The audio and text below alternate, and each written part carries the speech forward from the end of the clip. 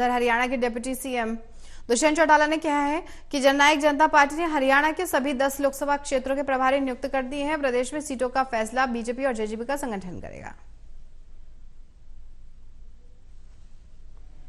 Deputy CM Dushyant Chautala जी इस वक्त हमारे साथ बने हैं। दुष्यंत चौटाला जी, सबसे बड़ा प्रोजेक्ट है हिसार के लिए, ड्रीम प्रोजेक्ट एयरपोर्ट के बाद अगर है तो एलिवेटेड रोड है। एलिवेटेड रोड को लेकर उम्मीदें काफी ज्यादा है, लेकिन काम कहां तक पहुंच पाया है? जो नया हमारा टेक्निकल प्रपोजल था जिसके अंदर इसको 2 लेन से अब 4 लेन किया गया है, उसकी फाइनल प्रेजेंटेशन भी होगी और उसको जायका को भेज भी दिया है नई डीपीआर के साथ। जैसे ही जायका से लोन अप्रूव होगा, इसका टेंडर डॉक्यूमेंट बनाकर इसको काम पे आगे बढ़ेंगे। हिसार को मेट्रोपॉलिटन सिटी घोषित कर दिया गया है। मेट्रोपॉलिटन सिटी बनने के बाद किस तरीके से विकास के नए आयाम जो है इस शहर में देखने को मिलेंगे? देखिए, एचएमडीए बन चुका है और एचएमडीए का मुख्य उद्देश्य यही है कि कंसोलिडेटेड डेवलपमेंट जो है सारी सेंट्रलाइज्ड हो।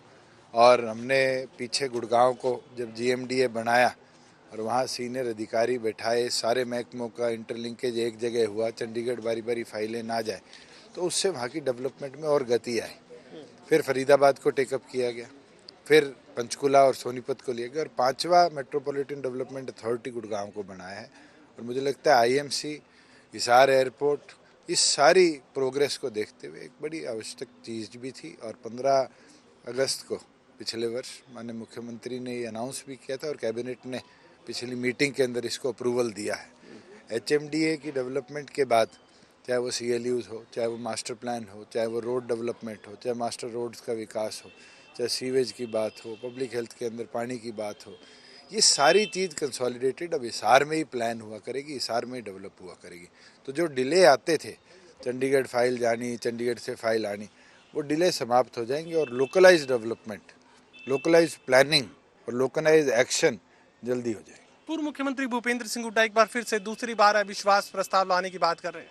चलिए, उनके ऊपर है। सरकार मजबूत है, सभी साथी अटल है और मुझे नहीं लगता कि हमारी सरकार को आज कोई खतरा है। हिसार से बीजेपी के सांसद ब्रजेंद्र सिंह वो ये कह रहे हैं कि 10 की 10 सीटें अगर भारतीय जनता पार्टी लड़ने जा रही है तो जेजेपी खुद ये तय करे कि उन्हें गठबंधन में रहना है। उनकी बात पर टिप्पणी करने की जरूरत है, वो तो फ्रस्ट्रेशन उनकी दिखती है। जब तीनों कह देते हैं हम तो लड़ेंगे, टिकट मिलेगी नहीं मिलेगी तो भी इंडिपेंडेंट लड़ेंगे, उनकी सोच है।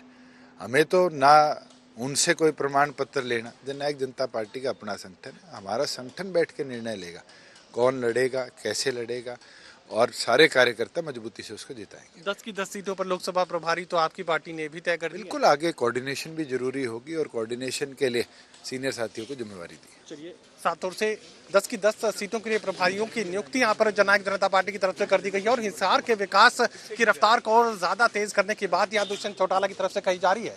सहयोगी कमल के साथ doctor Mahesh Kumar, total news Hisar.